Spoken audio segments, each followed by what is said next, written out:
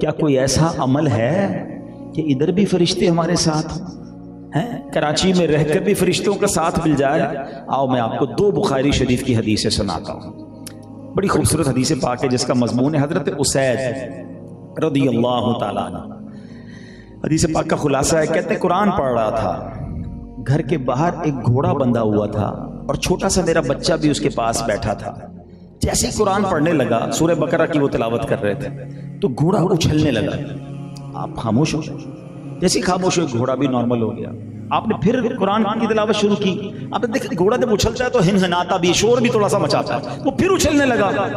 اب پھر خاموش ہو، پھر گھوڑا کام ڈاؤن ہو گیا۔ 3 بار ایسا ہی ہوا۔ آپ نے سوچا یہ بچے کو اٹھا لوں، کہیں یہ گھوڑا بچے کو ہی نہ کچل دے۔ تو کہتے ہیں میں نے قرآن شریف کی تلاوت بند کی اور میں باہر آیا بچے کو اٹھانے۔ کہتے ہیں جیسے ہی بچے کو اٹھایا نا، میں نے اوپر دیکھا، جب اوپر دیکھا تو پورے آسمان پر عجیب قسم کے چراغ ہی چراغ ہیں، جھومر جس طرح نہیں کہتے، لائٹنگ۔ کہتے ہیں میں حیران ہو گیا یہ منظر دیکھ کر۔ اچھا، صحابہ کرام کا عقیدہ بڑا کمال کا تھا۔ whenever they saw anything unusual، جب بھی کوئی unusual تھی، اچانک غیر معمولی چیز دیکھتے یا کچھ بھی پوچھنا ہوتا تھا، انہیں پتا ہے آقا سے پوچھیں گے، نبی پاک جواب عطا فرما دیں گے۔ اللہ نے بڑا علم دیا ہے، اپنے خزانوں سے نوازا ہے۔ صبح ہوئی حاضر ہوئے، یا رسول اللہ صلی اللہ علیہ وسلم کل بڑا عجیب ماجرا ہوا، تلاوت کرتا تھا گھوڑا اچھلتا تھا، تلاوت بند کرتا گھوڑا خاموش ہو جاتا، جب باہر بچے کو اٹھانے آیا آسمان دیکھا عجیب سے چراغ روشن تھے۔ اللہ کے حبیب فرماتے ہیں اے اسید، وہ فرشتے تھے جو تمہاری تلاوت سن کر زمین کی طرف آ رہے تھے۔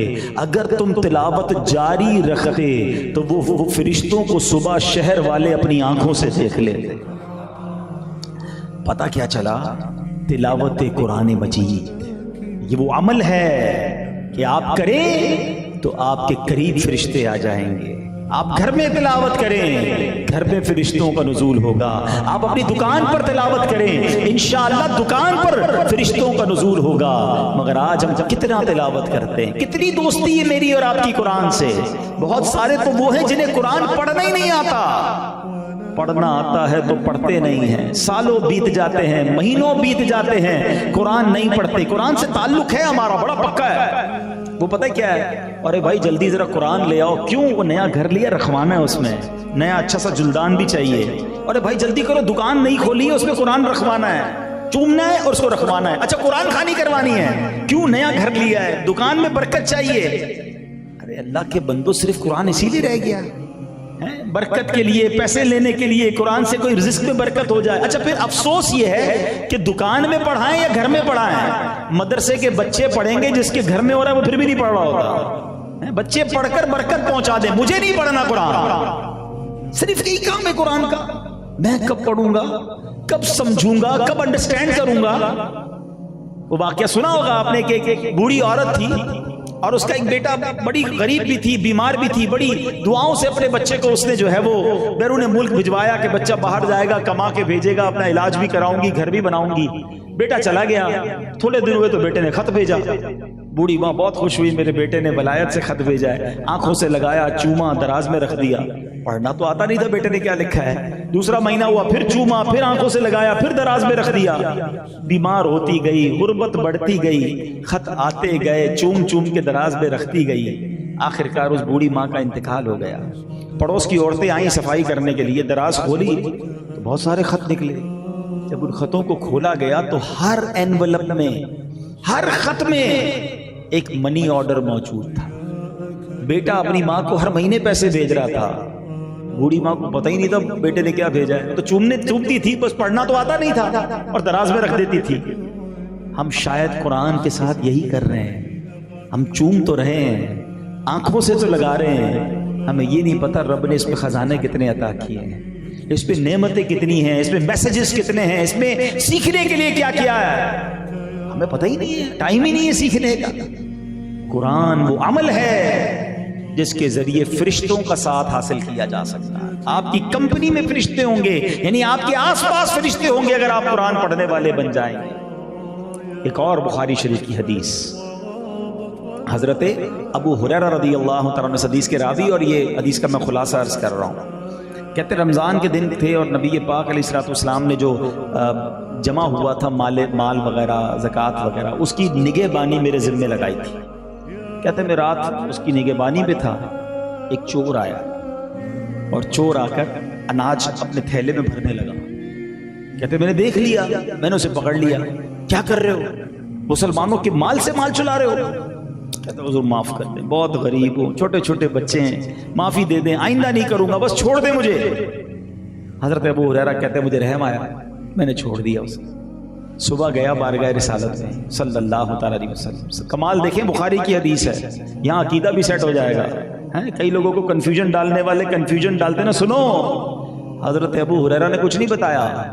آقا فرماتے ہیں ابو ہریرہ تمہارے رات والے چور کا کیا ہوا؟ نبی پاک کو کیسے پتا چلا؟ آج تو سی سی ٹی وی لگاتے ہیں نا گوڈاؤن میں, سیٹ صاحب دیکھ لیتے ہیں رات کو کیا ہوا تھا. میرے آقا علیہ الصلوۃ والسلام کی نگاہ عنایت کیسی ہے کہ رات جو ابو ہریرہ کے ساتھ ہو رہا ہے آقا خود ارشاد فرما رہے ہیں.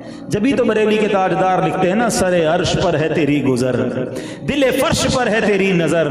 سر عرش پر ہے تیری گزر, دل فرش پر ہے تیری نظر. ملکوت و ملک میں کوئی شے نہیں وہ جو تجھ پہ آیا نہیں, اور کوئی غیب کیا تم سے نہا ہو بھلا. آقا جب نہ خدا ہی چھپا تم پہ کروڑوں درود. حضرت ابو ہریرہ کہتے ہیں آقا چور تھا, پکڑ لیا تھا, مگر بڑی منتیں کرنے لگا, معافیاں مانگنے لگا. حضور مجھے بڑا رحم آیا, میں نے اسے چھوڑ دیا. آقا فرماتے اے ابو ہریرہ ایک بہت بڑا جھوٹا ہے, وہ پھر آئے گا. اے ابو ہریرہ وہ پھر آئے گا, جو ہو چکا ہے, جو ہوگا.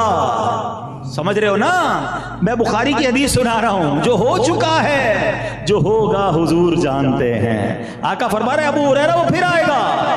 ابو ہریرہ رضی اللہ تعالیٰ سے زیادہ عقیدہ کس کا مضبوط ہوگا؟ کہتے ہیں میں تو پہلے سے ریڈی ہو گیا, اب آنا ہی آنا ہے چور نے. آقا نے فرمایا اب تو آنا ہی ہے, بالکل ریڈی رہے. چور آیا, کہتے ہیں میں نے پھر پکڑ لیا. تو تمہیں منع کیا تھا ایسا مت کرنا, کل تم معافی بھی مانگ کے گئے, پھر آ گئے. کہتا بس اب معاف کر دیں, اب نہیں کروں گا, اللہ کے واسطے معاف کرتے ہیں, بچے چھوٹے چھوٹے ہیں اس لیے میں آ گیا. کہتے پھر مجھے رحم آیا, میں نے چھوڑ دیا. صبح دربار رسالت میں حاضر ہوا. آقا علیہ السلام نے خود پوچھا اے ابو ہریرہ تمہارے رات والے چور کا کیا ہوا؟ کہتے حضور وہ آیا تو تھا, میں نے جو ہے وہ اسے معاف کر دیا, غریب تھا, رونے لگ گیا تھا. آقا علیہ السلام فرماتے اے ابو ہریرہ وہ جھوٹا ہے, وہ پھر آئے گا. آئے ہائے, سیدنا ابو ہریرہ کہتے ہیں اب تو میں نے ٹھان لی, اب اس نے آنا ہے, اب میں نے نہیں چھوڑنا. پھر آیا, میں نے پھر پکڑ لیا. عجیب آدمی ہو, 2 دن سے تمہیں چھوڑ رہا ہوں, معافیاں مانگتے ہو, توبہ کرتے ہو, پھر آ جاتے ہو. اب تمہیں نہیں چھوڑوں گا, نبی پاک کی بارگاہ میں لے جاؤں گا. کہتا سے اے ابو ہریرہ آج چھوڑ دو, ایک پتے کی بات بتا کے جاؤں گا, ایک بڑے کام کی بات تمہیں بتاؤں گا اور تمہیں وہ کام فائدہ بھی دے گی. آپ نے پوچھا بتاؤ کیا ہے؟ تو وہ کہنے لگا جب بستر پر سونے جانے لگو نا تو آیت الکرسی پڑھ لیا کرو, اس کی وجہ سے صبح تک اللہ کی طرف سے تم پر ایک نگران مقرر رہے گا اور شیطان تمہارے قریب بھی نہیں بھٹکنے پائے گا. سیدنا ابو ہریرہ کہتے ہیں بات اچھی بتائی, میں نے چھوڑ دیا. نبی پاک کی بارگاہ میں تیسرے دن حاضر ہوا. آقا علیہ السلام فرماتے اے ابو ہریرہ تمہارے رات والے چور کا کیا ہوا؟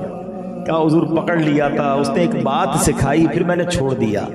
اب پتہ ہے نبی پاک نے کیا فرمایا؟ حدیث کا خلاصہ ہے کہ ابو ہریرہ ہے تو یہ بڑا جھوٹا, لیکن جو بات اس نے کہی ہے نا, بات اس نے صحیح بتائی ہے.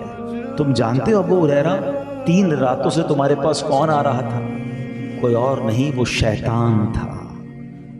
اللہ اکبر. یہاں نبی پاک کے علم غیب کا بھی پتہ چلا, اللہ نے اپنے حبیب علیہ السلام کو کیسا علم عطا فرمایا یہ بھی سیکھنے کو ملا. اور دوسری بات یہ سیکھنے کو ملی کہ رات اگر سوتے وقت کوئی آیت الکرسی پڑھ لے, سبحان اللہ, اس کا فائدہ کیا ہوگا کہ صبح تک ایک فرشتہ اس کا نگہبان بن جائے گا. لوگ گھر کے باہر گارڈ بٹھاتے ہیں, میں تمہارے بستر کے پاس فرشتہ کھڑا کرنے کی بات کر رہا ہوں. آئے ہائے, قرآن پڑھ کے, آیت الکرسی پڑھ کے, کلمہ پڑھ کے, توبہ کر کے باوضو سویا کرو. مگر آج تو حال یہ ہے کہ کئی لوگ وہ ہیں جب تک میوزک نہ سنے تو نیند نہیں آتی, فلمیں دیکھتے دیکھتے سوتے ہیں, کانوں سے ہیڈ فون لگے. بلکہ کچھ لوگوں کے بارے میں پتہ چلا کہ وہ موبائل یا میوزک سنتے سنتے آن ہی رہتا ہے میوزک, اسی میں نیند آتی ہے. کیسی نیند ہے؟ آپ نے نیند کو سمجھا کیا ہے؟ کیا آپ نے نہیں سنا بندہ سویا پھر اٹھا ہی نہیں؟ کئی لوگوں کی موت نیند میں ہی ہو جاتی ہے. ایکچولی نیند بھی ایک طرح کی موت ہے. دوسرے لفظوں میں مجھے اور آپ کو ایک ٹریلر روزانہ ایک جھلک دکھائی جاتی ہے موت کی. جب میں اور آپ سوتے تو کچھ پتا ہوتا ہے آس پاس کیا ہو رہا ہے, کون آیا کون گیا, ہمارے ساتھ کوئی کچھ کر بھی دے ہمیں پتا نہ چلے, کیونکہ انسان بے سدھ ہو جاتا ہے. آپ میں سے کسی کو سونے سے پہلے کی دعا یاد, اللہم باسمک اموت و احیا, اس کا معنی کیا ہے؟ اللہ کے نام سے جو موت دیتا ہے اور حیات دیتا ہے. یہ موت کی بات کیوں ہوئی؟ سونے کی بات ہونی چاہیے تھی. اچھا پھر اسی طرح اٹھتے ہیں تو کیا دعا ہے؟ الحمدللہ الذی احیانا بعد ما اماتنا وإلیہ النشور. اس رب کا شکر جس نے مجھے موت کے بعد پھر زندگی دی. ارے میں تو سو کے اٹھا ہوں.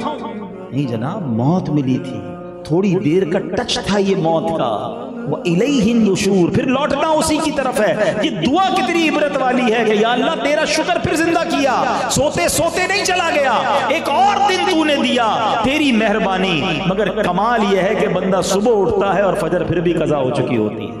اللہ نیا دن دیتا ہے تم اس دن بھی گناہ سے شروع کرتے ہو. وہ دن کا اسٹارٹ بھی اس کی نافرمانی سے ہو رہا ہے. سوچو یہ نیند جو ہے نا یہ بڑی بہت سینسٹیو ہے. بچپن سے ایک شعر سنتے آ رہے ہیں نا, سونے والے رب کو سجدہ کر کے سو, کیا خبر اٹھے نہ اٹھے صبح, میں سو جاؤں یا مصطفیٰ کہتے کہتے. نیند تو ایسی ہونی چاہیے نا کہ میں سو جاؤں یا مصطفیٰ کہتے کہتے, کھلے آنکھ صلی اللہ کہتے کہتے, درود پڑھ کر توبہ کر کے کلمہ پڑھ کے آیت الکرسی پڑھ کے سویا کرو. انشاءاللہ ساری رات فرشتہ جو ہے وہ آپ کی نگہبانی کرے گا. اور سنو وہ خوش نصیب جو طہارت کے ساتھ باوضو سوتے ہیں. کیا خوبصورت حدیث ہے, میرے آقا علیہ الصلوۃ والسلام فرماتے ہیں ان جسموں کو پاک کرو, اللہ تعالیٰ تمہیں پاکیزگی عطا فرمائے گا. جو بندہ بھی طہارت کی حالت میں سوئے یقیناً ایک فرشتہ اس کے ساتھ رات بسر کرتا ہے. جب بھی وہ شخص کسی طرف کسی وقت کروٹ بدلتا ہے نا, ہم تو نیند میں کروٹیں بدل رہے ہوتے ہیں, آقا فرماتے ہیں جب بندہ اپنا بستر پر کروٹ بدلتا ہے تو وہ فرشتہ کہتا ہے اے اللہ اپنے بندے کو معاف فرما, یہ باوضو سویا تھا. ہائے ہائے, میں سو رہا ہوں اور فرشتہ میرے لیے دعائیں کر رہا ہے. اور کیا چاہیے, کتنا آسان ہے یہ کہ ہم عشاء کی نماز ادا کر کے اے کاش صلاۃ التوبہ پڑھ کے, اللہ کرے سورہ ملک پڑھ کے اور پھر کلمہ پڑھ کے توبہ کر کے باوضو پڑھ سو کر آیت الکرسی پڑھ کر سوئیں تو یہ رات بھی خوبصورت گزرے گی. کیا پتہ ایسا کرم ہو جائے کہ اس رات میں نبی پاک کا دیدار بھی نصیب ہو جائے. اے کاش کبھی ایسا بھی ہو خواب میں میرے, ہوں جس کی غلامی میں وہ آقا نظر آئیں. وہ بڑے عمل ہیں جن کے ذریعے فرشتوں کا ساتھ مل سکتا ہے. ہر جمعے آئے ہے بڑے بڑے سیمینار میں جو جاتے ہیں, جس کو کہتے ہیں نا بڑی کانفرنس میں جاتے ہیں, تو آپ نے دیکھا ہوگا دروازے پر لوگ بیٹھے ہوتے ہیں, آنے والے کا نام لکھتے ہیں, آپ کہاں سے آئے, اپنا نام بتائیں, تعارف بتائیں. یہ پروٹوکول ہوتا ہے بڑے بڑے پروگرامز کا. آپ کو پتہ ہے ہر جمعے کو جب آپ مسجد میں آتے ہیں تو مسجد کا پروٹوکول کیا ہوتا ہے؟ حدیث کے الفاظ ہیں فرشتے دروازے پر کھڑے ہوتے ہیں اور ہر آنے والے کا نام لکھتے ہیں. آپ کا میرا نام فرشتے لکھتے ہیں. اور آپ کو پتہ ہے ہر جمعے آپ کتنی بڑی نیکی کما سکتے ہیں. اگر میں آج آپ کو کہوں کہ ہر جمعے 2 لاکھ روپے صدقہ کریں, آپ کہیں گے یار 2 لاکھ ہر جمعے, مہینے کے 8 لاکھ روپے ہو گئے, 5 جمعے بھی آتے ہیں کبھی کبھی تو 10 لاکھ ہو گئے, کدھر سے لاؤں بھائی صدقے کے, زکوٰۃ بھی نہیں صدقہ. سبحان اللہ, آپ ہر جمعے 2 لاکھ کا ثواب کما سکتے ہیں. نبی پاک علیہ السلام فرماتے ہیں جس کا مضمون ہے کہ نماز جمعہ کے لیے جو لوگ پہلے آتے ہیں ان کو ایسا ثواب ملتا ہے جیسا اونٹ صدقہ کرنے والے کو ثواب ملتا ہے. اللہ کی راہ میں اونٹ صدقہ کرنے کا ثواب. فرمایا جو اس کے بعد آتے ہیں وہ ایسے ہیں جن کو گائے صدقہ کرنے کا ثواب, ان کے بعد آنے والے ایسے ہیں جیسے بکری صدقہ کرنے کا ثواب, پھر آنے والے ایسے ہیں جیسے مرغی صدقہ کرنے کا ثواب, اور پھر آنے والے ایسے ہیں جیسے انڈا صدقہ کرنے کا ثواب. اور جب امام خطبے کے لیے کھڑا ہو جاتا ہے تو جو فرشتے مسجد کے دروازے پر آنے والوں کے نام لکھ رہے ہوتے ہیں اپنا رجسٹر بند کرتے ہیں اور وہ بھی امام کا خطبہ سننے بیٹھ جاتے ہیں. کتنے لوگ ہیں جو آتے ہی خطبے کے وقت ہیں, خطبے کے بھی بعد آتے ہیں, جلدی گھر سے نہیں نکلتے. حالانکہ جلدی آنے والے کیا زیادہ کام کرتے ہیں, آدھا گھنٹہ 40 منٹ پہلے آ جائیں, امام صاحب کا بیان بھی سننے کو مل گیا اور اونٹ صدقہ کرنے کا ثواب بھی مل گیا. اللہ کرے کہ نیکیاں کمانے کی لالچ ہو جائے، جس طرح پیسے کمانے کی لالچ ہے نا. اب میں چوٹ کرتا ہوں، یہ اعلان کر دیں کہ بھائی آئندہ جمعے جو پہلی صف میں ہوں گے سب کو 15,000 روپے ملیں گے، دوسری صف والوں کو 10,000 اور تیسری صف والوں کو 5,000. میرا خیال ہے 11 بجے مسجد کے باہر لائن لگی ہوئی ہوگی. دروازہ کب کھلے اور کب پہلی سے رات کو ہی بول رہے ہیں ہو سکتا ہے آ جائیں. ایمبیسی کے باہر لگتی نا رات لائن، 15,000 روپے پہلی صف میں. چوٹ کر رہا ہوں، میرے نبی کے سچے وعدے ہیں کہ جو پہلے جمعے میں آتے ہیں، شروع میں آتے ہیں، وہ اونٹ صدقہ کرنے کا ثواب کماتے ہیں. کماؤ نا ہر جمعے نیکی. فرشتوں کے رجسٹر میں آپ دروازے سے آ رہے ہو، فرشتے کھڑے ہیں دروازے پر. کیسی خوبصورت محفل ہوتی ہے ہر جمعے کو. لیکن یہاں حال فکر ہی نہیں ہوتی، آرام سے آتے ہیں. بلکہ اب تو مجھے کسی نے بتایا نیا کام شروع کیا نوجوانوں نے، کہتے 3 جمعے پڑھو تو دل پہ مہر لگتی ہے نا، 2 نہیں پڑھتے پھر تیسرا پڑھ لیتے ہیں. توبہ توبہ توبہ، مذاق بنایا ہوا ہے. ارے ایک نماز کیسے مسلمان کی قضا ہو، جمعہ تو دور کی بات ہے. تو خدا را نیکیاں کمانے کی لالچ اپنے دل میں پیدا کرے، اور یہ فرشتوں کا ساتھ ملتا ہے. ہاں ابھی پتہ ہے جس محفل میں آپ بیٹھے ہیں، اللہ اور اس کے رسول کے ذکر کی محفل ہے نا، مجھے بڑی امید ہے کہ اس محفل کو بھی فرشتوں نے ڈھانپا ہوا ہو. ہاں ایک بڑی پیاری حدیث سناتا ہوں آپ کو. حدیث پاک میں آتا ہے اللہ کے کچھ فرشتے، بھی فرشتوں کی بات ہوئی نا، ہر فرشتے کی ڈیوٹی ہوتی ہے، کیٹیگریز ہوتی ہیں، ان کے کام ہوتے ہیں. کچھ فرشتے وہ جن کی کیٹیگری یہ ہے، جن کا کام یہ کہ وہ زمین پر گھومتے رہتے ہیں، سیاحت کرتے رہتے ہیں. جس محفل میں جس جگہ اللہ کا ذکر ہوتا دیکھتے ہیں نا، اس محفل کو اپنے پروں سے ڈھانپ لیتے ہیں. اور جب محفل ختم ہوتی ہے تو اللہ کی بارگاہ میں جاتے ہیں. اللہ تو سب جانتا ہے، فرشتوں سے پوچھتا ہے میرے فرشتوں کدھر سے آ رہے ہو؟ کہتے یا اللہ ایک جگہ تیرے بندے جمع ہیں اور تجھے یاد کر رہے تھے. اے فرشتوں بتاؤ کیا انہوں نے مجھے دیکھا ہے؟ عرض کرتے ہیں یا اللہ دیکھا نہیں. اگر دیکھ لیتے تو کیا کرتے؟ یا اللہ تجھے دیکھ لیتے پھر تو والہانہ تیرا ذکر کرتے اور تجھ سے محبت کرتے. فرشتوں بتاؤ مانگ کیا رہے تھے؟ یا اللہ جنت مانگ رہے تھے. اے میرے فرشتوں بتاؤ کہ جنت دیکھی انہوں نے؟ یا اللہ جنت دیکھی نہیں. اچھا یہ بتاؤ دیکھ لیتے تو کیا کرتے؟ تو یا اللہ اگر وہ جنت دیکھ لیتے تو پھر تو اور روتے اور گر گڑاتے، والہانہ جنت مانگتے. اللہ فرماتے اچھا یہ بتاؤ پناہ کس چیز سے مانگ رہے تھے؟ کہتے یا اللہ جہنم سے پناہ مانگ رہے تھے. فرشتوں یہ بتاؤ انہوں نے جہنم دیکھی؟ یا اللہ جہنم دیکھی تو نہیں. اچھا یہ بتاؤ دیکھ لیتے تو کیا کرتے؟ کہ یا اللہ اگر وہ جہنم دیکھ لیتے اور روتے گر گڑاتے اور پھر تیرے بارگاہ میں روتے ہوئے پناہ مانگتے. حدیث پاک کے الفاظ ہیں، اللہ کا دریائے رحمت جوش میں آتا ہے. اللہ فرماتا ہے فرشتوں گواہ ہو جاؤ. حدیث کا مضمون ہے جن بندوں نے مجھے دیکھا نہیں اور میرا ذکر کر رہے ہیں، جنت دیکھی نہیں، جنت مانگ رہے ہیں، دوزخ دیکھی نہیں اور دوزخ سے پناہ مانگ رہے ہیں، میرے فرشتوں گواہ ہو جاؤ میں نے ان سب کی مغفرت فرما دی. ابھی اور تو سنو، اس حدیث کا اگلا پارٹ اس سے بھی زیادہ خوبصورت ہے. فرشتے کہتے ہیں یا اللہ ان میں ایک بندہ ایسا تھا جو تیرا ذکر کرنے نہیں آیا تھا، اپنے کسی پرسنل کام سے آیا تھا. ہو سکتا ہے یہاں بھی کوئی بھائی ہو، ایک دوست آ رہا ہو، دوسرے کو چل یار میرے ساتھ کوئی بات نہیں، تجھے بیان نہیں سننا، ویسے ہی آ جاتے نا، کبھی کبھی ایسے بھی آ جاتے ہیں، ایسے بھی آ جائے کرو کوئی بات. فرشتہ کہتا ہے یا اللہ ایک بندہ ایسا تھا جس کا کوئی کام نہیں، ذکر کر رہے نہیں، ایسے ہی آیا تھا. اللہ فرماتا ہے میرے فرشتوں یہ وہ محفل ہے جس کے ہم نشین بھی محروم نہیں رہتے، میں نے اس کی بھی بخشش فرما دی. ذکر کے لیے نہیں آیا اس کو بھی بخش دیا. ریزن، وجہ اچھی محفل، اچھے لوگوں کی صحبت، یہ ہے اچھے اجتماعات، یہ ہیں اچھی محفلیں، ان میں آیا کرو. ہمیں نہیں پتا کس کی برکت ہمیں مل رہی ہو سکتا ہے ہمیں کچھ نہ ملے، کوئی کسی کے آنسو بہ نکلیں، کوئی آج توبہ کر کے جائے. ایسی روایتیں موجود ہیں کہ ایک بندہ آیا، سچی توبہ کی، اللہ نے پوری محفل کی بخشش فرما دی. پتہ نہیں کس کی آمین کے صدقے ہمارا بیڑا پار ہو جائے، کون اللہ کا ولی ہمارے درمیان بیٹھا ہو، بس آتے رہا کرو. مجھے ہمارے والد صاحب کے زمانے کا ایک واقعہ یاد آ گیا.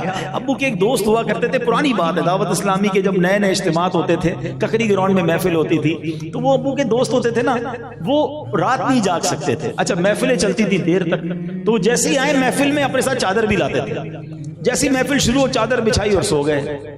اچھا ایک بار، دو بار، تین بار، ایک بار والد صاحب نے کہا بھائی تم آتے کیوں بھائی جب تم کو سونا ہی ہوتا ہے؟ کہتے یار گھر پہ سوؤں گا تو اکیلا سوؤں گا، محفل میں آ کے سوؤں گا رحمت برسے گی، کچھ چھینٹے مجھ پر بھی پڑ جائیں گے. تو کیا پتا کس کا کیا نیت ہو، کون کس لیے آیا ہو. ایکچولی یہ لالچ ہونی چاہیے کہ میں نیک نہیں ہوں، میں گناہگار ہوں، اچھوں کے ساتھ تو بیٹھوں نا. ان پر برسے گی تو میرا بھی کام ہو جائے گا. برستا نہیں دیکھ کر ابر رحمت، برستا نہیں دیکھ کر ابر رحمت، بدوں پر بھی برسا دے برسانے والے. تو یہاں نوجوان بیٹھے ہیں، میں ایک بات کلیریفائی کر دوں، اللہ کرے میری بات آپ سمجھ جائیں. یہ حدیث جہاں ہمیں کمپنی، دوستی، صحبت کی برکت بتا رہی ہے، وہاں یہ بری صحبت سے بچنے کا درس بھی دے رہی ہے. جب اچھوں کی صحبت جنت دلا سکتی ہے تو بروں کی صحبت تمہیں برباد بھی کر سکتی ہے. کچھ لوگ کہتے ہیں یار میں شراب نہیں پیتا، دوست پیتے، میں تو صرف بیٹھتا ہوں بس، میں جوا نہیں کھیلتا. دوست جوا کھیل رہے ہوتے ہیں، کیا کروں، کمپنی دے رہا ہوتا ہوں، وہ تاش کھیل رہے ہوتے ہیں، میں تو ایسے ہی بس بیٹھتا ہوں، میں نشہ نہیں کرتا. دوست سگریٹ وگریٹ، پھر بعد میں شیشہ، پتہ نہیں کیا کیا شروع ہو گیا آج کل، یہ سب کر رہے ہوتے ہیں. یاد رکھو یہ وہی صحبت ہے جو تمہیں ایک وقت برباد کر کے رکھ دے گی. اچھوں کی صحبت، صحبت صالح ترا صالح تنن، اور صحبت تالے ترا تالے تنن. تجھے اچھے کی صحبت اچھا بنائے گی اور برے کی صحبت برا بنائے. کبھی دیکھا آپ نے کسی بلڈنگ میں آگ لگ جائے پہلی منزل پہ، اور اوپر والے کہیں یار نیچے لگی ہے نا، ہم تو اوپر بیٹھے ہیں، پوری بلڈنگ خالی ہوتی ہے کہ یار یہ نیچے والی آگ پوری بلڈنگ کو بھی جلا سکتی ہے. تم ادھر بیٹھ رہے ہو جدھر لعنت برس رہی ہے، تم ادھر بیٹھ رہے ہو جدھر رب کا غضب اتر رہا ہے، تم ان کے ساتھ بیٹھ رہے ہو جن سے رب ناراض ہے اور کہتے ہو مجھے کچھ نہیں ہوگا. ارے وہ جب غضب ہوگا تو تم بھی مارے جاؤ گے. بروں کا ساتھی بھی برا مانا جاتا ہے. آج دنیا میں بھی 4-5 دوست مل کر تاش کھیل رہے ہوں، جوا کھیل رہے ہوں، اور ایک ایسے ہی بیٹھا ہو، پولیس آئے گی تو کیا کرے گی؟ سارے اٹھ جائیں گے نا. تو ایسا نہ ہو عذاب بھی سب پر ہی آ جائے. عقل مند بنو. مجھے دنیا میں ایک شرابی بتا دیں، ایک جواری بتا دیں، ایک ہیروئنچی بتا دیں، ایک چور بتا دیں جو یہ کہے کہ یار یہ چاروں کام ماں باپ سے سیکھے ہیں. سارے کام دوستوں سے سیکھے ہیں. ماں باپ تھوڑی لاتے گھر میں، آج بیٹا بڑا اچھا امتحان میں اچھے نمبر آیا، ہیروئن پی لے.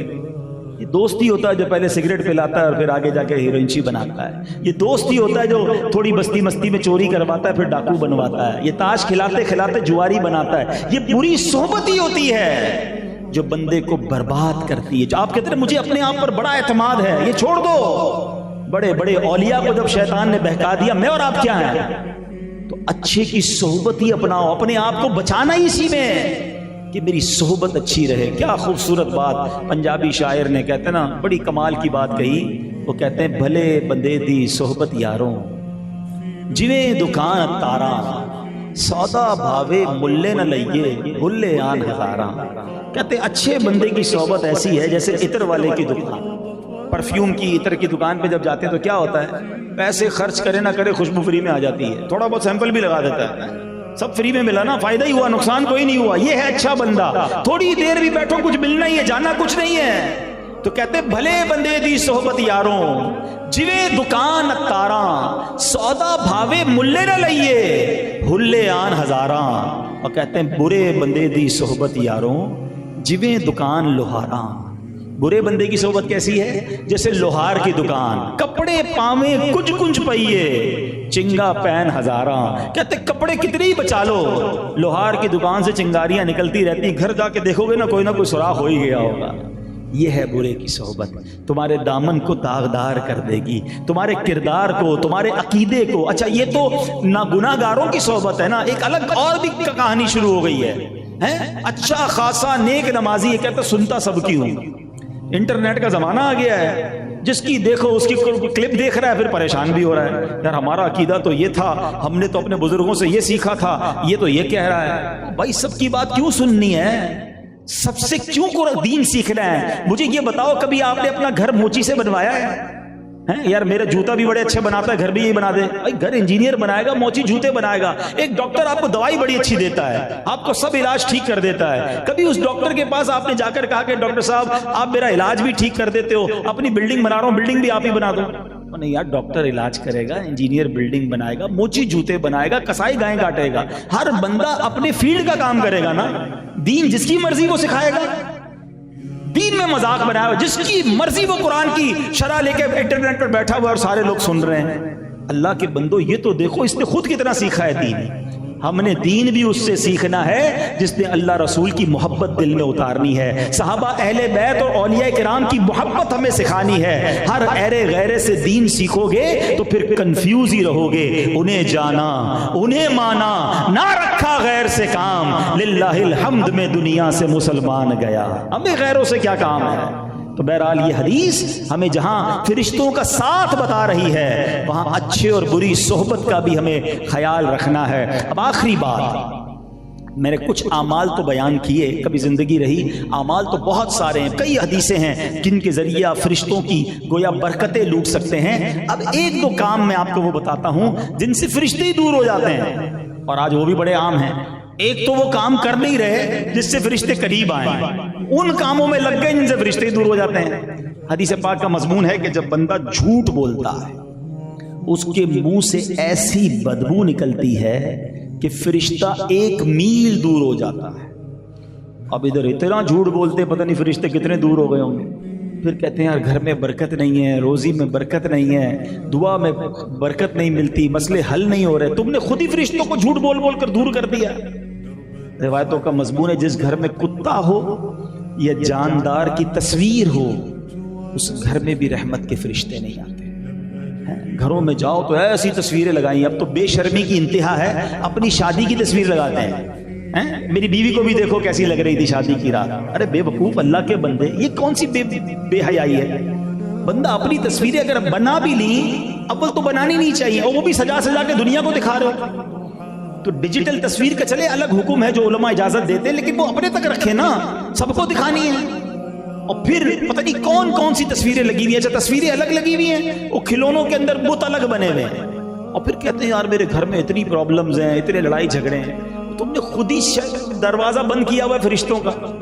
ایک بار اب یہ فارغ ہوں اجتماع سے گھر جائیں، ذرا اپنے گھر کا سروے کریں، اور یہ تصویریں، اچھا پیر صاحب کی تصویر بھی نہیں لگا سکتے، ہاں اپنے والد کی تصویر بھی نہیں لگا سکتے، یہ فرشتوں کو روک رہے ہیں آپ۔ اگر آپ کو کوئی یادگار کسی کی تصویر رکھنی ہے تو اس کو ڈیجیٹل فارمیٹ میں، جو موبائل کی ڈیجیٹل اسکرین ہوتی ہے اس پر علماء اجازت جو دیتے ہیں اس پہ رکھ لیں۔